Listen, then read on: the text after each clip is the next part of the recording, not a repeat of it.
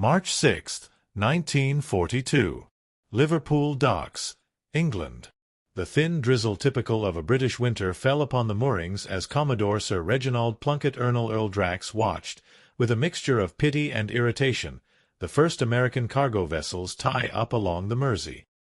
His immaculate Royal Navy uniform contrasted sharply with the ungainly silhouettes of the Liberty ships beginning to arrive. What the veteran British officer could not imagine in that moment was that he was witnessing the birth of the greatest naval logistics operation in human history, one that would make the invasion of Europe not merely possible, but inevitable. They call this a merchant marine? The phrase, attributed to Rear Admiral Sir Percy Noble in his March 1942 report, encapsulated British disdain. The Americans were arriving with their standardized ships, mass-produced, inexperienced crews, and a confidence that bordered on industrial arrogance. To officers who had sailed the seas for decades, who survived Jutland, who had faced U-boats since 1939, these vessels looked like toys from a nation still playing at war. The initial numbers justified the skepticism. In January 1942, the United States possessed only 1,139 ocean-going merchant vessels in operation. American monthly production stood at a paltry 3 to 4 Liberty ships. Meanwhile, German U-boats were sinking vessels at a rate of 700,000 tons per month in the Atlantic alone. At the current rate, calculated a British intelligence officer in a confidential February 1942 report, the Germans will sink ships faster than any nation can build them. The mathematics are simple. We are losing. The Liberty ship SS Patrick Henry, the first of its class launched on September 27, 1941, seemed to confirm every British prejudice. Displacing 14,245 tons deadweight, stretching 441 feet 6 inches in length, the vessel was designed for speed of construction, not elegance. Her hull was welded, not riveted, a technique many British naval architects considered structurally suspect. Her top speed was a modest 11 knots, slower than many World War I cargo vessels still in service. "Dreadful little ships, really," noted Captain Edmund Rushbrook, liaison officer to the U.S. Maritime Commission, in his diary entry of October 15, 1941. "Built by people who've never built ships, welded by workers who've never welded, designed to barely float across a pond they call an ocean." The welding issue became a particular point of ridicule. Traditional British shipbuilding relied on riveting, time-tested, reliable, and performed by craftsmen with decades of experience. The American approach used welding techniques that could be taught to workers in weeks, not years. When the SS Schenectady literally broke in half while docked in calm waters on January 16, 1943, British officers felt vindicated. "I told them those welds wouldn't hold," remarked one Admiralty official to another over drinks at the Reform Club. Americans and their production lines. "You can't mass-produce seafaring vessels like you're making motor cars." But the contempt ran deeper than technical specifications. It was cultural, institutional, rooted in centuries of naval supremacy. The Royal Navy had ruled the waves since Trafalgar. Britain had launched the dreadnought revolution. British officers understood naval warfare, understood the sea in ways these American industrialists never could. Vice Admiral Sir Bertram Ramsay, reviewing early American convoy operations, wrote in a confidential memo dated April 2, 1942, "The Americans possess enthusiasm and resources, but lack the fundamental understanding of naval coordination that comes only from generations of seafaring tradition. Their convoys are chaotic, their escort procedures amateurish, their signals discipline non-existent." The statistics seemed to support British superiority in every measurable way.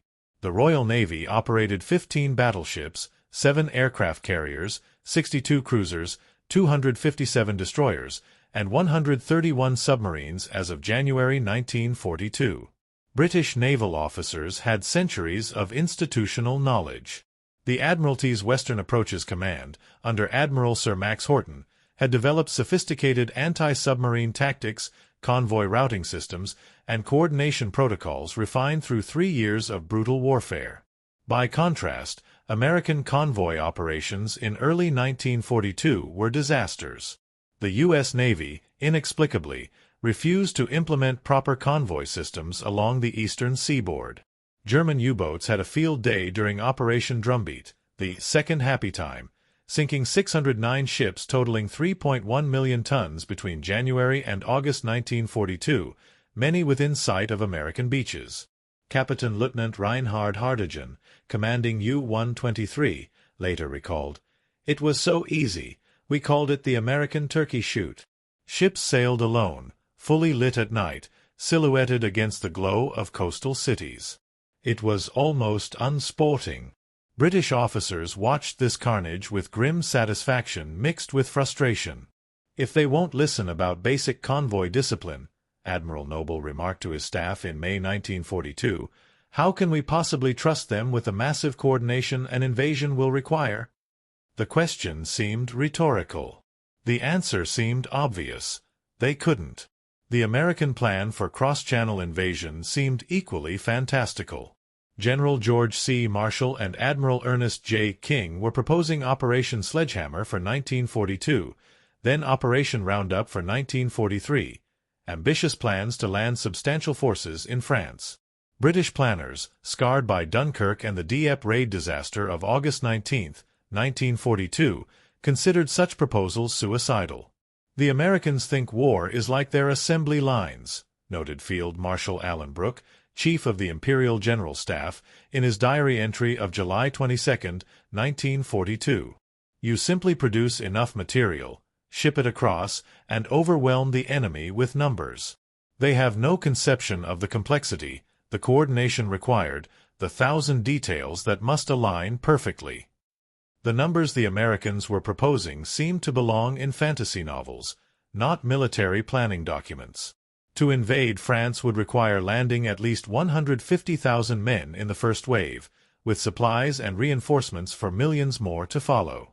The vessels needed didn't just not exist, the shipyards to build them didn't exist. The trained crews didn't exist.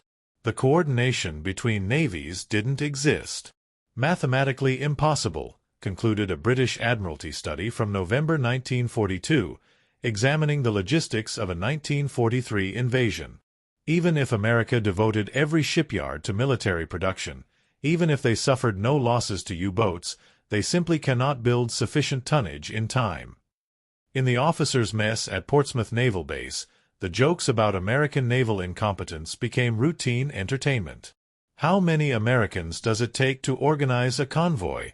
went one popular jibe. "Nobody knows. They've never managed to organize one properly." The laughter was genuine, the confidence absolute. The Royal Navy had been doing this for centuries.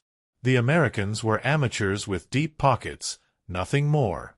What none of these officers understood, what they literally could not conceive, was that they were witnessing not incompetence, but the birth of an entirely new paradigm of naval logistics. The Americans weren't trying to build ships the British way. They were inventing a new way entirely. And the numbers they were about to produce would transform skepticism into stunned silence. November 8, 1942. The waters off Casablanca, Morocco. Operation Torch, the Allied invasion of North Africa, represented the first major test of American amphibious capabilities. British observers embedded with American forces expected chaos. What they witnessed instead was something unprecedented: the systematic unloading of 107,000 troops and their equipment across 3 landing zones within the first 5 days, supported by 350 merchant vessels and 160 warships, the largest amphibious assault in history to that point. The expectation was disaster. The reality was uncomfortable competence. Captain Thomas Trubridge, Royal Navy, serving as a liaison officer during Torch, wrote in his after-action report dated November 20, 1942, "While American naval procedures differ markedly from our own, and while numerous inefficiencies were observed, the sheer volume of material successfully landed was impressive. They approach logistics not as a maritime tradition but as an industrial problem to be solved through standardization and scale. The results, if unorthodox, are undeniable." But the real transformation was happening not in the Mediterranean, but in American shipyards. Something extraordinary was taking place across the industrial landscape of the United States, something that would make every British calculation obsolete. Henry J. Kaiser, an industrialist who had never built a ship before 1941, was applying automobile assembly line principles to shipbuilding. His Richmond shipyards in California had achieved something British naval architects considered impossible. They had reduced Liberty ship construction time from 244 days in 1941 to an average of 42 days by late 1942. On November 12, 1942, Kaiser's Yard 2 launched the SS Robert E. Peary in just 4 days, 15 hours, and 29 minutes from keel laying to launch, a publicity stunt that shattered every preconception about shipbuilding pace. The British Admiralty's initial response was dismissive. A publicity trick, noted one internal memo. These vessels may float temporarily, but they lack the robust construction for sustained service. But the numbers kept climbing in ways that defied dismissal. American shipyards launched 646 merchant vessels in 1942, totaling 5.2 million deadweight tons. By comparison, Britain, with its centuries of shipbuilding expertise, produced 1.3 million tons that same year. What the British observers didn't initially grasp was the systemic revolution occurring. Kaiser had recruited 90,000 workers to his shipyards, many of them women with no previous shipbuilding experience. Rosie the Riveter wasn't a propaganda figure. She was a statistical reality transforming American production capacity. Welder Brenda White, working at the Oregon Shipbuilding Corporation, set a record by placing 970 welds in one shift, each one properly executed. The work was repetitive, specialized, perfect for mass production. The Americans had prefabricated everything. Entire ship sections, bow assemblies, stern sections, deckhouses, were built inland, in facilities that had never seen salt water, then transported to coastal yards for final assembly. The Liberty ship design used 250,000 separate parts, but these were standardized across all vessels. A rudder from Yard 14 would fit perfectly on a ship built in Yard 3. This interchangeability was revolutionary. Admiral Harold Stark, commander of U.S. naval forces in Europe, began compiling reports that told a story British officers found difficult to accept. By December 1942, American shipyards were launching 3 Liberty ships per day. The monthly production had gone from 3 to 4 ships to over 90. And the pace was accelerating. But merchant vessels weren't the only story. American naval construction was revealing similar patterns. The escort carrier USS Bogue, commissioned on September 26, 1942, was the first of 50 Bogue-class carriers built by converting merchant hulls. These weren't fleet carriers, they were utilitarian anti-submarine platforms designed to close the Atlantic Gap where land-based aircraft couldn't reach. British naval tradition would have spent years perfecting such a design. Americans built 50 in less than 3 years. The first real shock to British confidence came with the Battle of the Atlantic statistics for late 1942 and early 1943.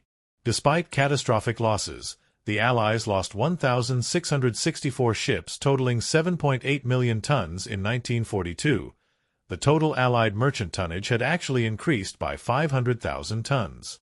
American shipyards were building faster than U-boats could sink.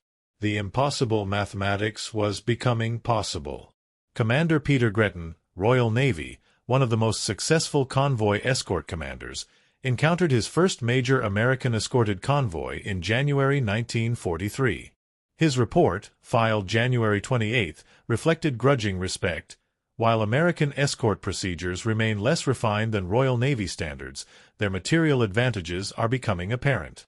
The destroyer escorts possess superior radar, more effective depth charges, and Hedgehog anti-submarine mortars in greater numbers than we can currently deploy.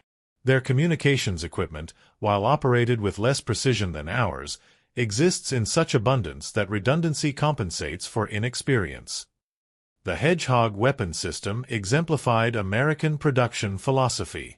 A British invention, It fired 24 contact-fused projectiles in a forward pattern, solving the problem that depth charges lost sonar contact during attack.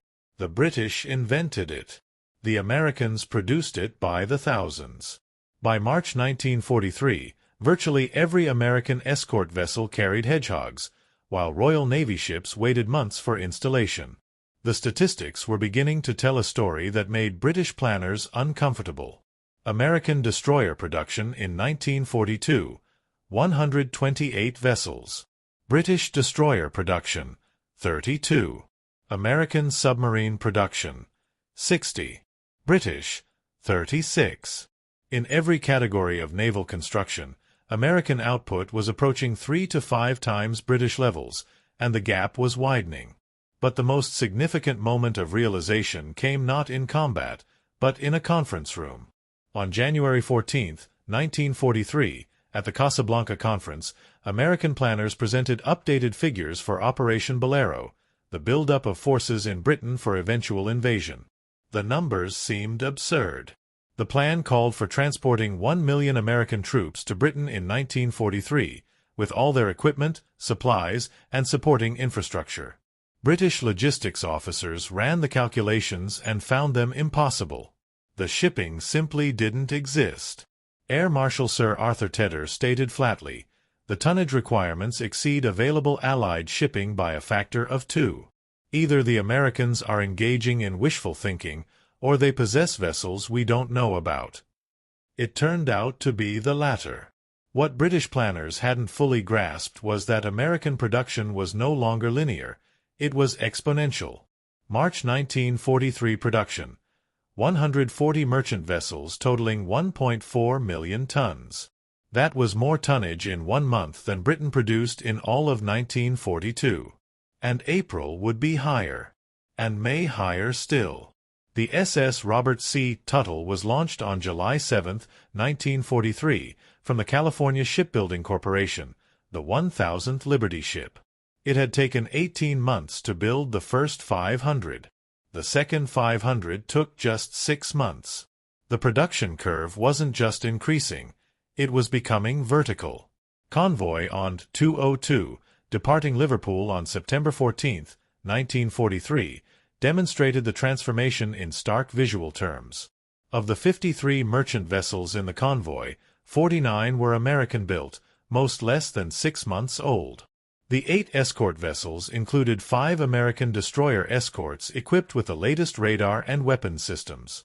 The convoy crossed the Atlantic without losing a single ship, despite multiple U-boat contacts.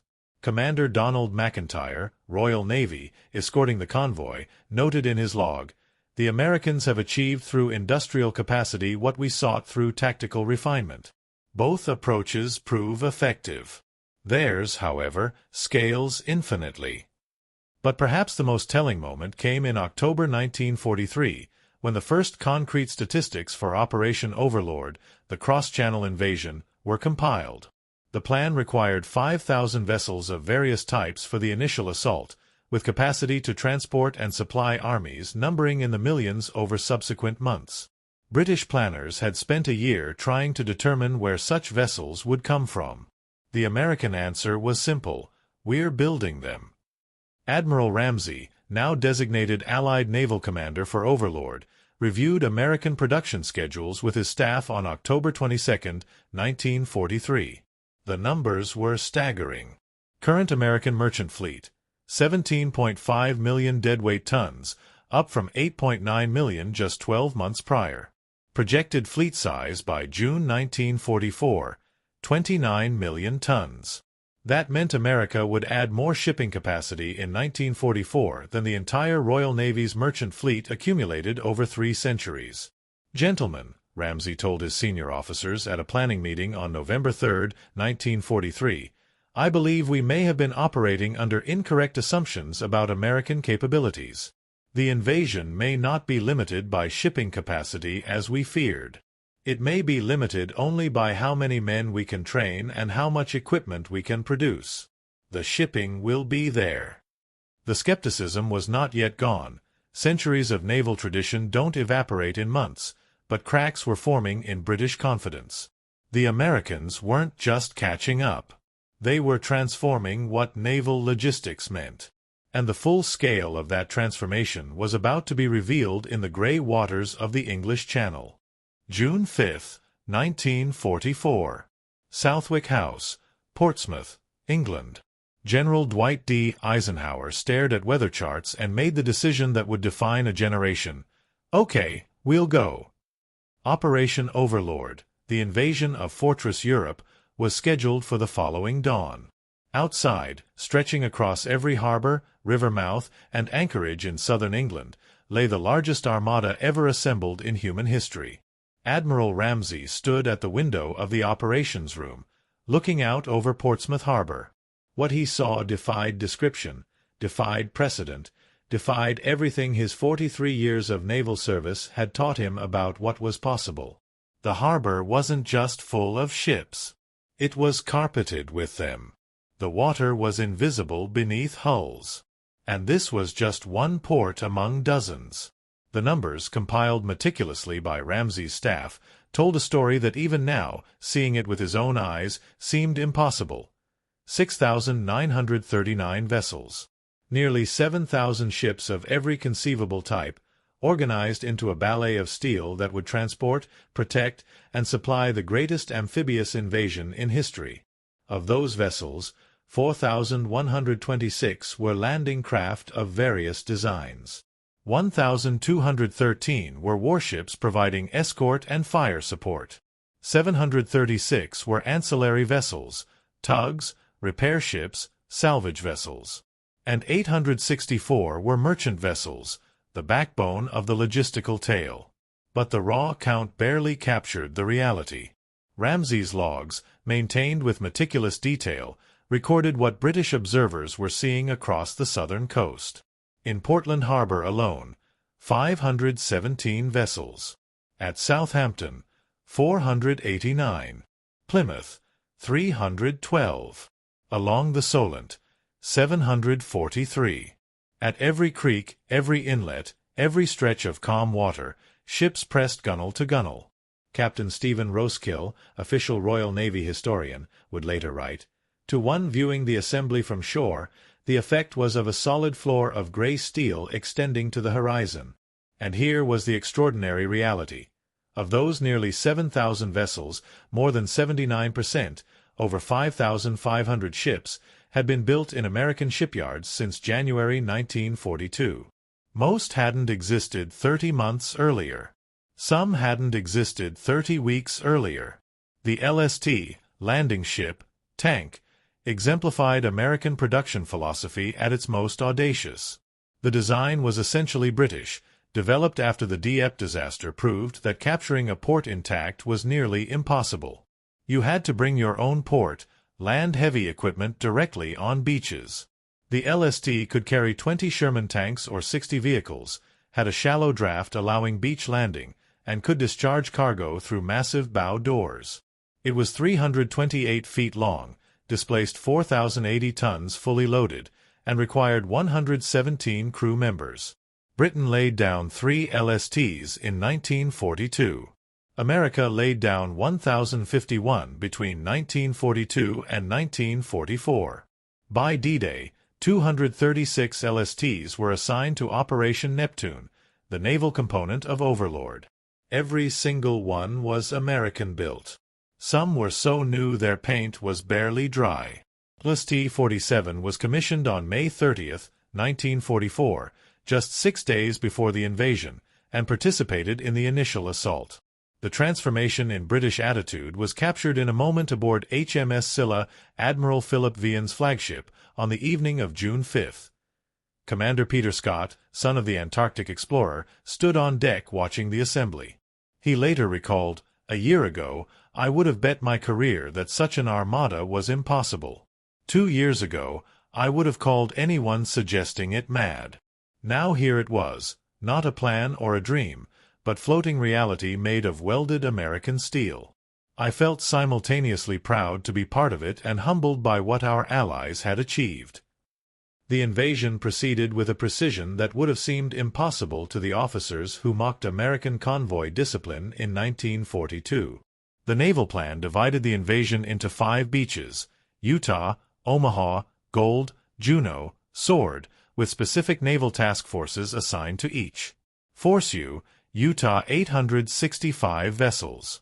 Force O, Omaha 850 vessels. Force G, Gold 736 vessels. Force J, Juneau 529 vessels. Force S, Sword 693 vessels. Each force moved according to schedules coordinated to the minute, following swept channels through minefields, maintaining radio discipline, executing the most complex naval operation in history. The Atlantic Wall, Hitler's supposedly impregnable coastal defense, faced not a fleet, but an armada of such scale that defense became meaningless. At 0550 hours on June 6, 1944, 7 battleships, 23 cruisers, 93 destroyers, and 71 corvettes opened fire on German positions. The bombardment was not about precision, it was about overwhelming volume. In the first hour, Allied naval guns fired over 50,000 shells of calibers ranging from 4.7 inches to 16 inches. USS Arkansas, a battleship commissioned in 1912 that British officers had privately mocked as obsolete, fired 1,096 rounds of 12-inch ammunition on D-Day alone, more than she fired in all of World War I. But the bombardment ships, impressive as they were, weren't the story. The story was the logistics vessels, the unglamorous merchant ships and landing craft that kept men and material flowing ashore despite every obstacle. German Generalleutnant Max Pemsel, Chief of Staff of the German 7th Army, recalled his first view of the invasion fleet at dawn. "I have seen many things in war. I have seen panzers by the thousand, aircraft darkening the sky. But this was something entirely different. The sea was simply covered with ships. As far as you could see, in every direction, ships. We knew in that moment that we could not win. You cannot defeat such industrial might." The numbers that emerged from the first 24 hours were staggering even to Allied commanders. By midnight on June 6, the invasion force had landed 156,000 troops, 11,000 vehicles, and 570 tons of supplies across 5 beaches under enemy fire. The logistics tail had begun functioning immediately. The first American Liberty ship, SS Charles Morgan, was unloading cargo off Omaha Beach by 1800 hours on D-Day, just 12 hours after the first troops landed. The scale of the operation becomes clear only when examining the sustained logistics. D-Day was not an endpoint but a beginning. The entire operation depended on maintaining supply lines across the channel indefinitely, building up forces faster than Germans could reinforce. And here the American production miracle revealed its full magnitude. In the 10 days following D-Day, Allied ships transported 326,547 troops, 54,186 vehicles, and 104,428 tons of supplies to Normandy. But this was just the beginning. By June 30th, D+24, the totals were staggering: 850,279 troops, 148,803 vehicles, 570,505 tons of supplies. The flow never stopped, never slowed. Every day, hundreds of vessels crossed the channel, unloaded, returned, loaded, crossed again. The operation achieved a rhythm that American production capacity could sustain indefinitely. The Mulberry harbors, artificial harbors towed across the channel and assembled off the invasion beaches, exemplified Allied ambition. These massive structures, each consisting of 6 miles of flexible steel roadways, 23 concrete caissons, and 33 jetties, could handle 12,000 tons of supplies per day.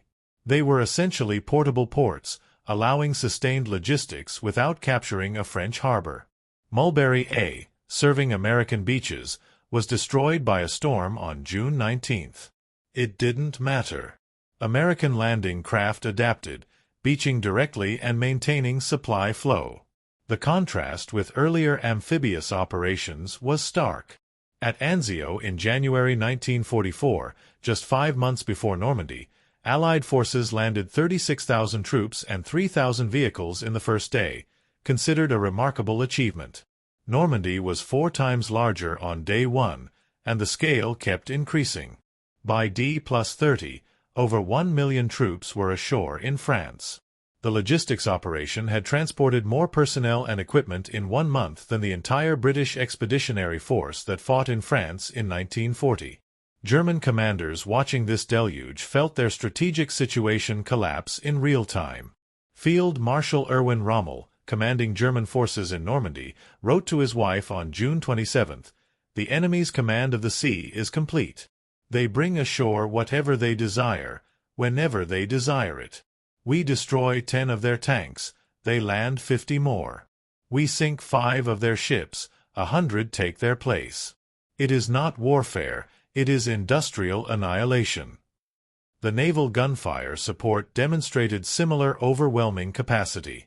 HMS Warspite, a battleship that had fought at Jutland in 1916, was still firing her 15-inch guns in support of ground forces in July 1944.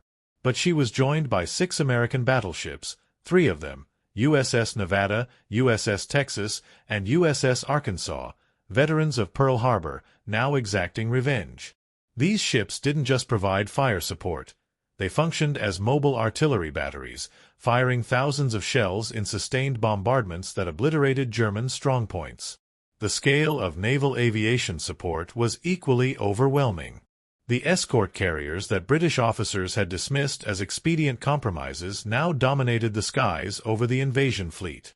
HMS Pursuer, HMS Searcher, HMS Striker, and HMS Emperor, all American-built attacker-class escort carriers transferred to the Royal Navy under Lend-Lease, flew continuous air patrols.